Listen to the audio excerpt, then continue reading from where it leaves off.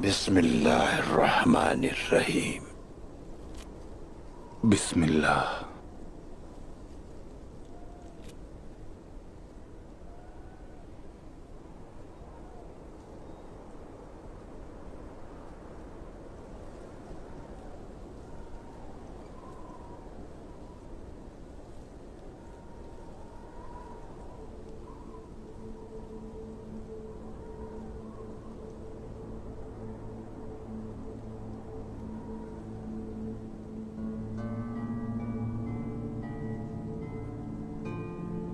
क्या आप जानते हैं चींटी का क्या मतलब है आकचा?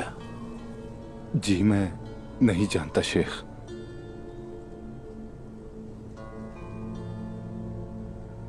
जो देखना जानते हैं उनके लिए यह फकत चींटी नहीं है,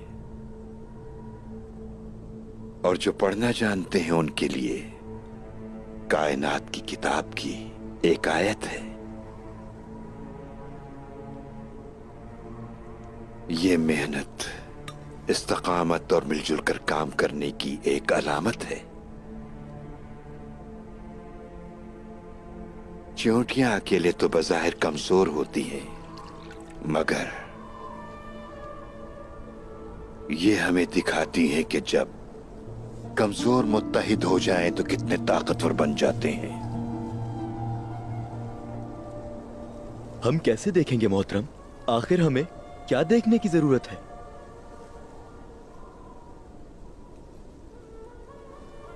तुम्हें इस प्याले में मौजूद पानी की इन बूंदों से सीखना होगा जुल्फिकार। एक बूंद के तौर पर तुम अकेले रह जाओगे। आप सिर्फ बुखारात बनकर हवा में खत्म हो सकते हैं, लेकिन अगर आप दरिया में शामिल होकर समंदर बन जाते हैं तो आप मछली के लिए घर और बंजर जमीन के लिए सैराब करने वाला पानी बन सकते हैं।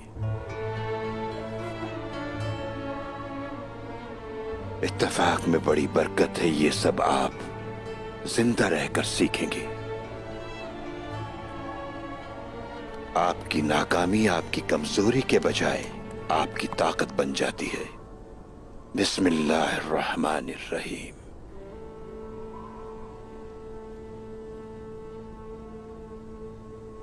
अल्लाह पाक सूरह नमल में, यानी जिसका मतलब है चींटी, अपनी हिकमत के साथ हजरत सुलेमान के उस अजीम वाक़े का जिक्र फरमाता है।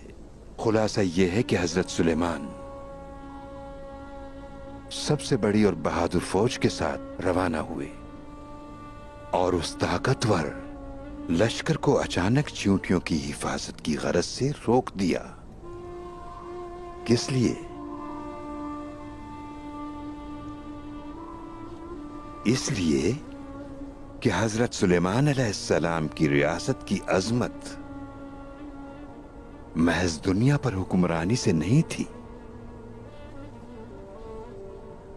बल्कि दुनिया भर की तमाम मखलूकात के तहफ़्फ़ुज़, एहतराम और क़वानीन अदल के क़याम पर थी।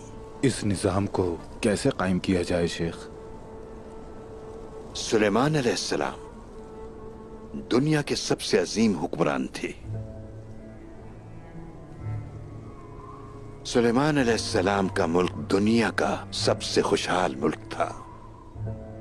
उनके दौर में ज़कात लेने वाला कोई नहीं मिलता था। वो तलवार चलाने के ऐसे माहिर थे कि कोई सामना न कर पाता।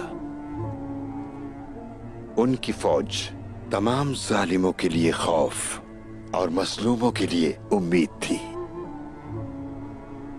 उनकी तरक्की और कामयाबी का राज जानने के लिए दुनिया भर की रियासतों के हुक्मरान सुलेमान अलैहिस्सलाम से मिलने आते थे। बिल्किस भी उनमें से एक थी। आने वालों ने जब वहां बिल्किस को देखा तो हैरत ज़दा हो गए,